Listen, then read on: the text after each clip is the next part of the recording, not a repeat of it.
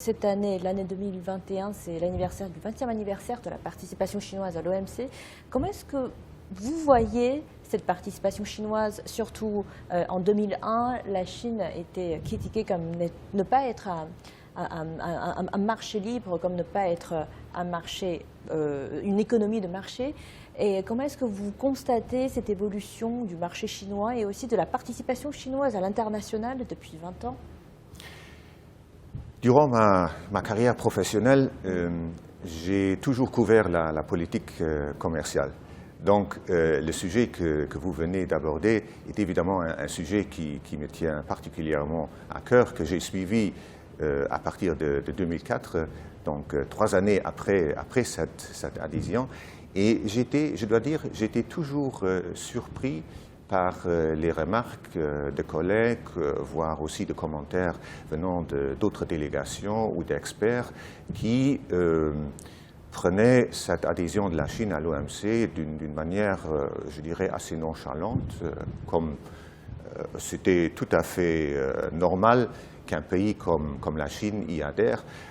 Je dois vous dire, à mon avis, cette adhésion, c'est comparable à un Big Bang pour la politique commerciale, dans ce sens que je me suis intéressé de plus près et à mon avis, les risques d'abord politiques que les décideurs, les dirigeants chinois ont pris à cette époque de vouloir forcer ces réformes qui ont été nécessaires pour aligner, disons, la réglementation, le cadre réglementaire de la Chine et du marché chinois aux exigences de l'OMC, ces efforts étaient gigantesques. Et c'était, comme je viens de le dire, aussi un risque politique énorme. Et je crois qu'on ne peut pas surestimer ces efforts. Donc, mon premier constat serait de dire que c'était évidemment un énorme succès, cette adhésion, non seulement pour la Chine, mais aussi pour les autres membres de l'OMC. Maintenant, il faudra aussi voir que ce n'est pas un exercice qui se termine avec la date même de l'adhésion. Et on l'a vu, les besoins en termes de réforme économique, les besoins et les exigences en termes d'ouverture des marchés, non seulement des produits, mais aussi des services, continuent.